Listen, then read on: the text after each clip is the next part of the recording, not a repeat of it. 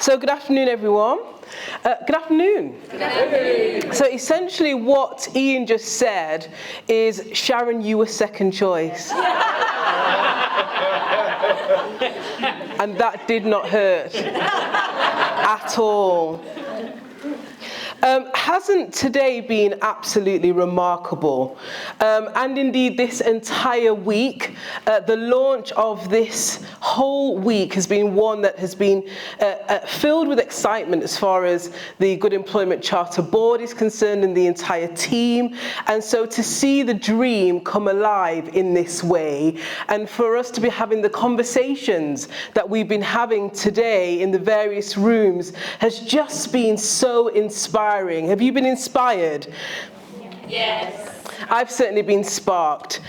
So what I think is quite striking, I'll just let you know that just before you entered into the room, the team was saying, and this is the mark for this afternoon, the team was saying, this is the lowest drop-off rate we've ever had. So I don't know if that should be reassuring or not. But you are the most that has ever been in the room at the end of this week, which is great. I find it quite striking that we are having this conversation today around best practice in this particular hall, in this particular room, in this building. And it got me thinking, actually, about this. Have you ever experienced something in your life, a memory, a situation, something that you encountered that left a very searing moment stuck in your memory? Something that was so striking that just at the touch of a button you'd be able to recall that moment in time. There are several that I have in my own journey, my personal and professional journey. But there's one in particular that I'd like to share with you that is quite relevant to me and to the conversation that we're having today around good employment. And it was striking for me between the ages of around about 11 years to about the age of 13. You see, between those years, my mum was working at the police station based in Moss Side Police Station. And she was working there in the typing pool. Does anyone remember typewriters? They were a thing. And you know when you used to type like that, and you used to use Tipp-Ex. Remember Tipp-Ex? What is Tipp-Ex, right? Yeah, and that's it, Joanna. That's it. It had to be precise. Yeah. And you used to have tracing paper as well, so you could double over. And then, oh, the memories. And then you used to do that with it, you know, and then it would slide across. Goodness me, those were the days.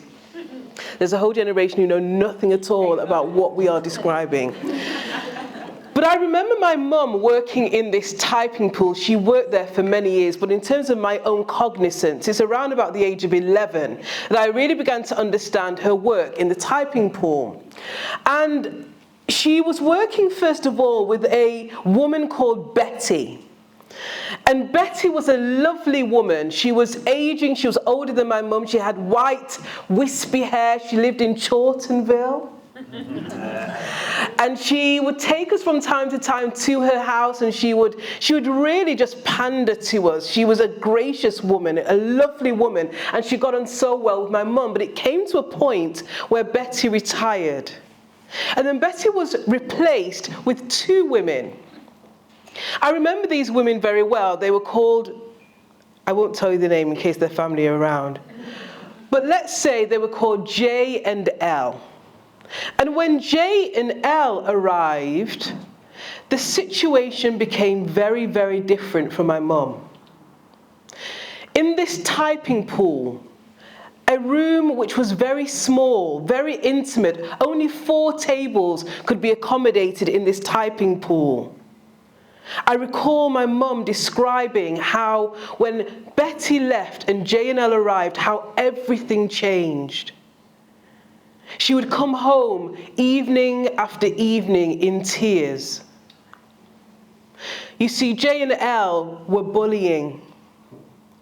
And from time to time, if my mum would ask for some assistance with something, they would talk over her, talk around her. They would pretend even as though she was not in the room at all. She felt so small.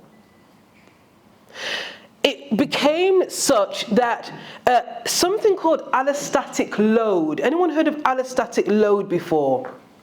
Allostatic load is a scientific description, really, for where you are experiencing such stress in your environment that it begins to take hold and impact you physically. Your organs, stress hormones rising. And this was the state that she was in, a constant state of stress at work. She actually retired early. She developed diabetes, she developed high blood pressure, she developed mild angina. And whilst it's the case that, in particular in the black community, these particular challenges are quite prevalent, one thing that we most definitely suspect is that the trigger for these was stress. And what I came to realize then is that the work environment that we are in can be a significant determining factor for our happiness and our health. That it's not insignificant, it's not inconsequential, the environments that we in fact spend most of our time in. It is that laid the foundation for me to have a real sense of purpose and passion to play my part in any which way I could, to seek to ensure that I could influence in some way the environments that people work in. It is that led me to pursue a career as a barrister for 16 years, and then latterly for the last 10 years working with organisations on culture, and seeking to support organisations to ensure that people don't simply have diverse organisations, but that they have inclusive organisations where people truly belong. I was saying to John, where's John? John earlier on, as anyone that came to the leadership session, the leadership panel, it was, the enthusiasm. But well, let me say, it was absolutely phenomenal. And I was so struck by Sarah, of course, and John. But I was saying to John that he actually just paved the way, is what we described it as. Because John was talking about purpose in our leadership. And I'd like to bring that to us today as something of an encouragement. It is the why behind what we are doing. Now, sometimes we, if we follow the likes of Simon Sinek, great leaders start with why, it can become quite trite.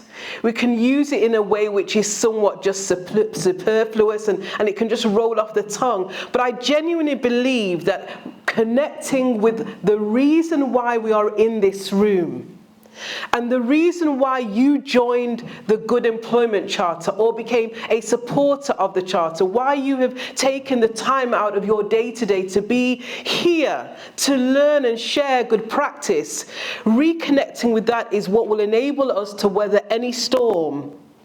Because the work that we're talking about in wanting to broker good work, good employment, fair pay, secure work, engagement and voice, good people management, that work is not easy. In many ways, it's contraflow, and for some, it's counterintuitive. For some, it's even countercultural.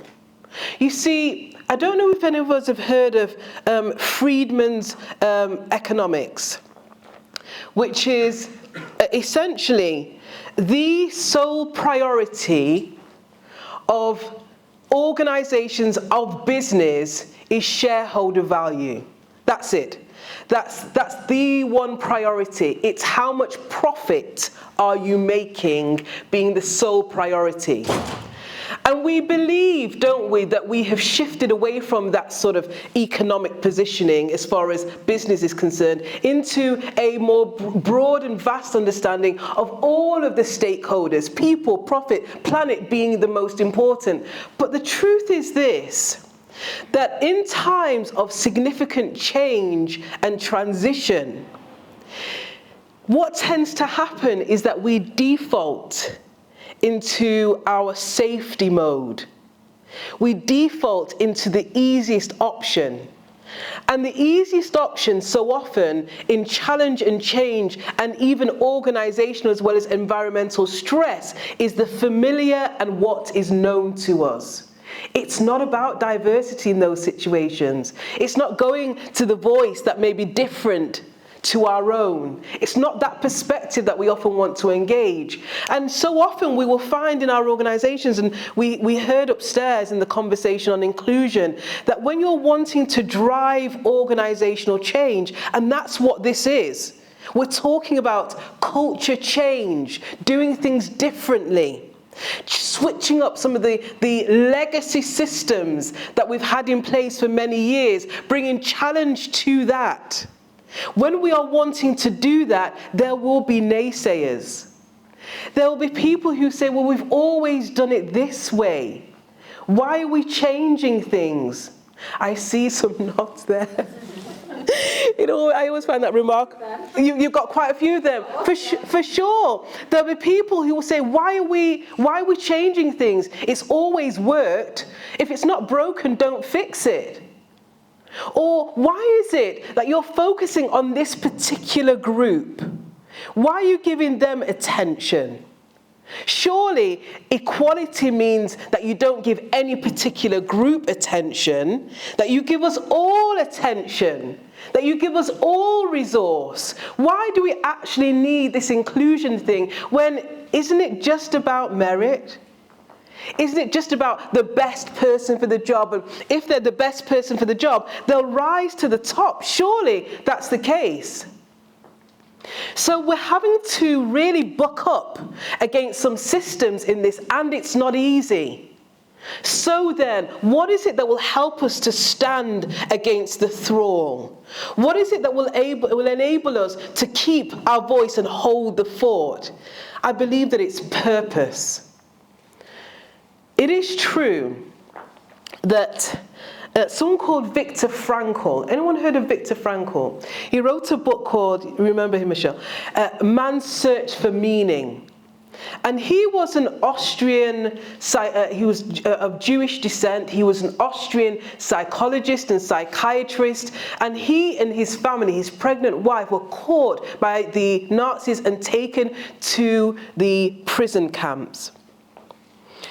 His family died in those camps, his dad almost immediately.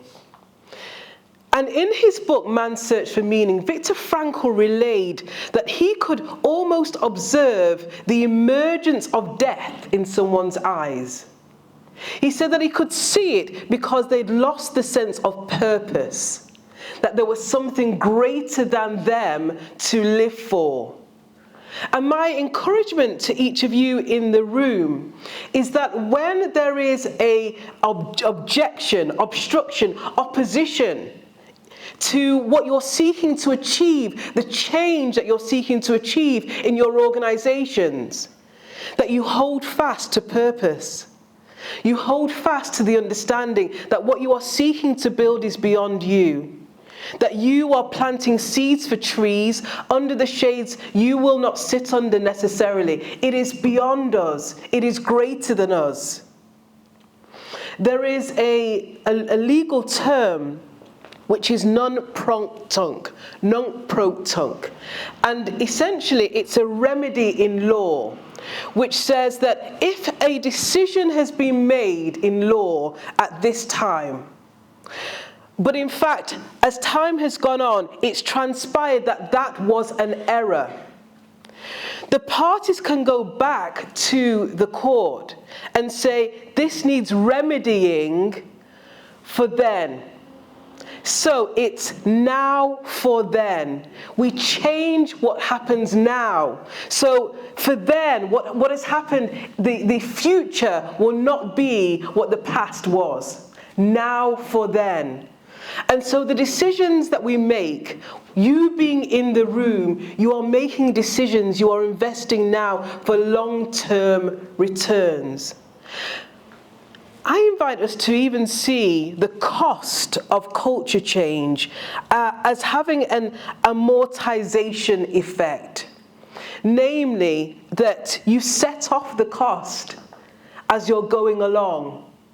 That the value of investment now will be realized fully in the fullness of time. Sometimes in this work, we will get it wrong. Sometimes we will make mistakes. Sometimes we will make missteps. And I encountered that. I'm a mum of 3. I decided when my youngest, I've done something for all of them. It's just a mistake that I made. But let me tell you about the first one. So my middle son was going to Cubs camp, and it was his first time away from home. And so, what I thought I'd do is I would ensure that when he was away, he'd have something to remember me by. That in that little tent on his sleeping bag, he would know that he was surrounded by love. And so what I did, the night before he was leaving, I decided to make him a bear. Say ah. So I stayed up late into the night, and I was so committed. It was 2 a.m. in the morning. I had my foot on the pedal. It was drilling as it was going, and I was sewing him this bear. I was so proud. I'd put in this work. I knew that he was going to love it. And just as he was going out of the door, I presented the bear to him, and he said, "What's that?" And Chris, you're laughing far too emphatically for my good. Furthermore, he said, "And which way does it go?" And I had made so much of an effort with this bear. I had tried, I'd spent long hours. I was showing it to several people, and they said, "The dimensions are not right." I know that now. I know that now. But sometimes we can make lots of effort. We can try the best that we can. And sometimes it's not quite appreciated by people, right? But that doesn't mean that we stop doing. We go again. We keep on trying. You're laughing far too much at my bear.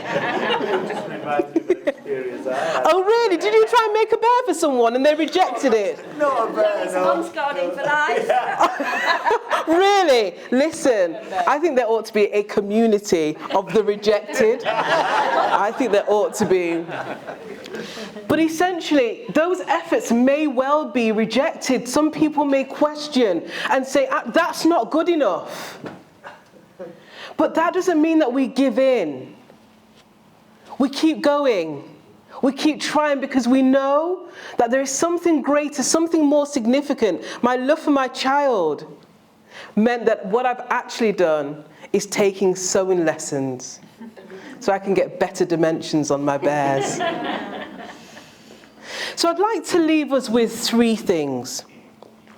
I describe them as the 3 C's that will help us to stay on track when we're feeling sometimes demotivated in our work, when we're feeling as though we're unappreciated, when we're feeling as though all of this good employment charter stuff, actually, is it making a difference? I'd like these 3 things to encourage us to ensure that our creed becomes our commitment. Our declarations become our demonstrations, and our doxology becomes our praxology. The first is cathedral thinking. Has anyone ever been to St. Paul's Cathedral before? Stunning building in London, absolutely fantastic architecture. There's a story which says that Sir Christopher Wren, who was the architect of St. Paul's Cathedral. One day he was walking along, and as it was being erected, he saw 3 builders. It's an anecdote. He saw 3 builders who were on this building site.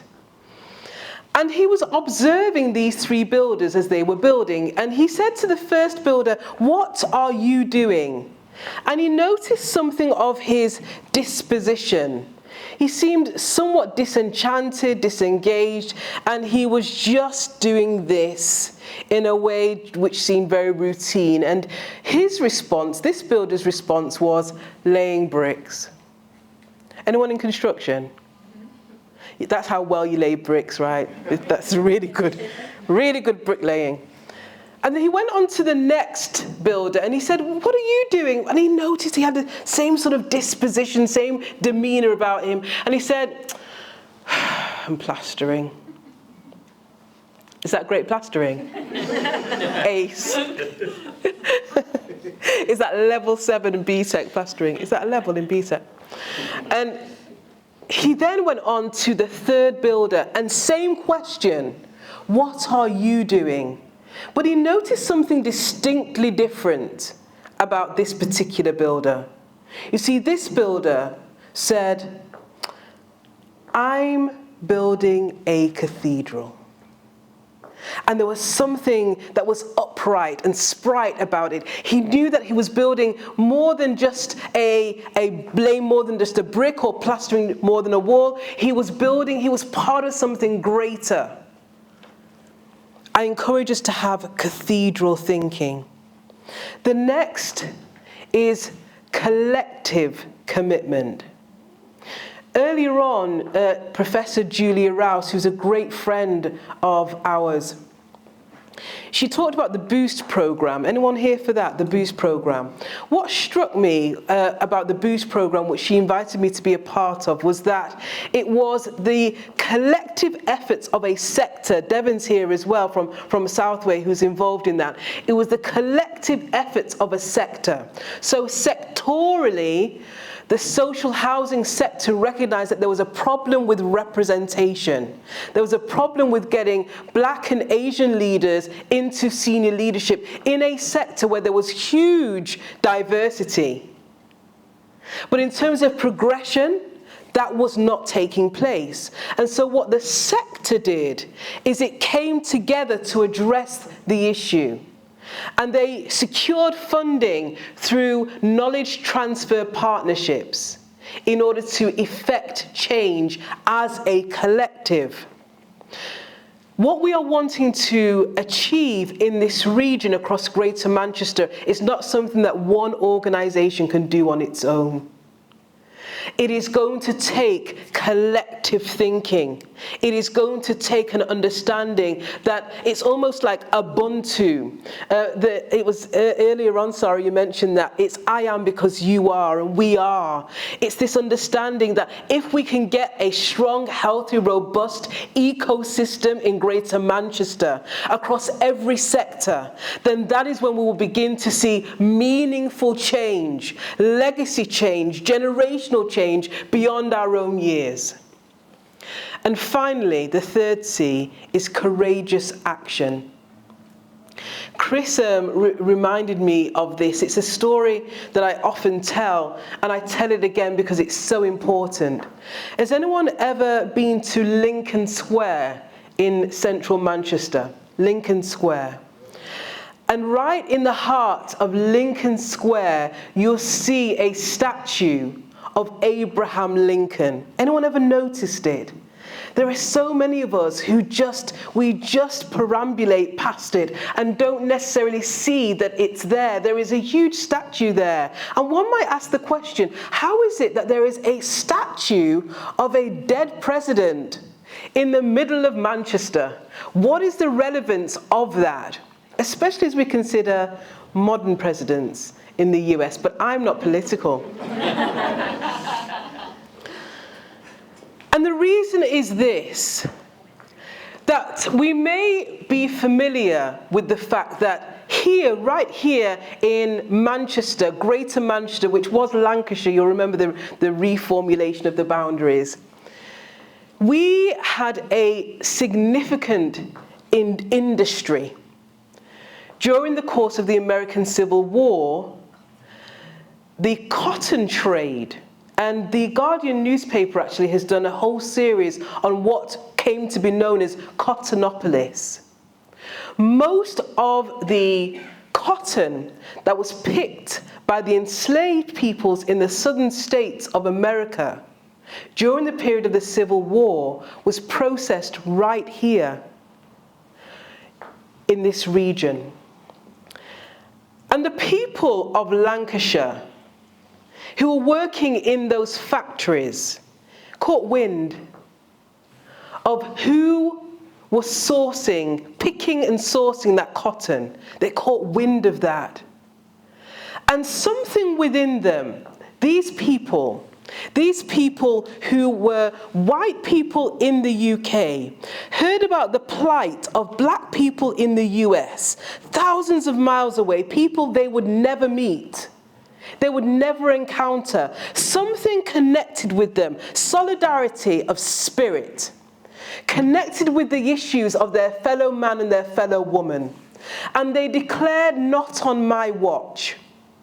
And these people determined that they would not process that cotton in the mines. They went on strike. Now, this was no mean feat, because what it meant for these people is that they would have no income, that their children would starve, that they would be penniless and homeless.